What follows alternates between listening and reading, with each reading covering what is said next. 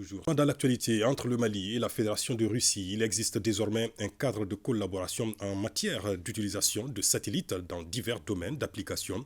Un mémorandum d'entente a été signé ce matin dans ce sens avec la société Glove Cosmos, une filiale de l'entreprise d'État russe chargée des activités spéciales.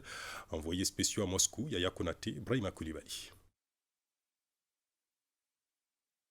Pour ce deuxième rendez-vous, en l'espace d'un mois dans cette filiale de l'agence spatiale russe, la délégation malienne avait clairement défini ses attentes. Elle concerne essentiellement l'utilisation de satellites de communication pour divers usages. Accompagnée de techniciens en la matière, la délégation ministérielle a eu donc droit à une série de présentations détaillées et ciblées sur ces domaines d'intérêt. Nous avons eu une présentation ciblée sur les besoins du Mali, besoins qui sont définis comme suit. D'abord envoyer des satellites dans l'espace pour pouvoir améliorer donc la couverture internet, la couverture en télécommunication, la couverture télévisuelle. Également, deuxième aspect, c'est tout ce qui concerne la surveillance du territoire, la surveillance de toutes les frontières. Troisième aspect, c'est tout ce qui concerne le fait humain. Superposer des images satellitaires pour savoir quel est l'impact de l'être humain sur son environnement. Donc tout ce qui est développement urbain, tout ce qui est impact de l'homme sur les cours d'eau, sur les forêts, sur l'environnement, et comment analyser ces données et comment prévenir donc ces impacts humains. Quatrième aspect, c'est tout ce qui concerne la mobilité.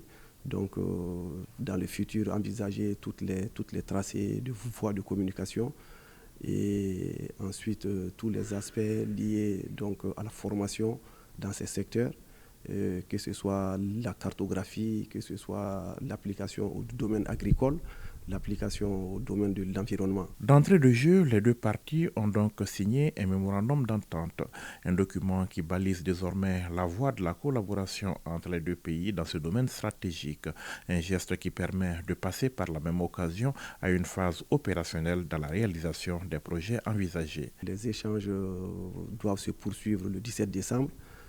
On s'est fixé comme délai le 17 décembre parce qu'on a décidé d'aller chaque mois avoir une étape importante.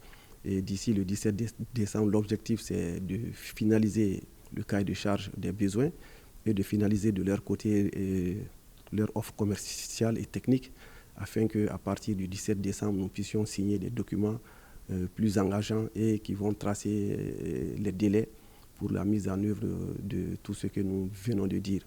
En tout cas, nous sortons très très satisfaits et les points de vue se sont rapprochés davantage. Nous avons fait une étape importante qui est la signature d'un document.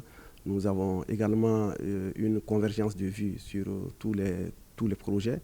Il s'agit juste donc de définir et de bien détailler ça et de bien donner tous les détails techniques nécessaires dans un cahier de charge et de signer maintenant des offres, de recevoir les offres commerciales, de les évaluer et de signer des contrats nous permettant donc de fixer les délais de réalisation de toutes ces infrastructures. La société Glove Cosmos avec laquelle le mémorandum d'entente a été signé est une filiale de Roscosmos, entreprise d'État chargée du programme spatial de Russie.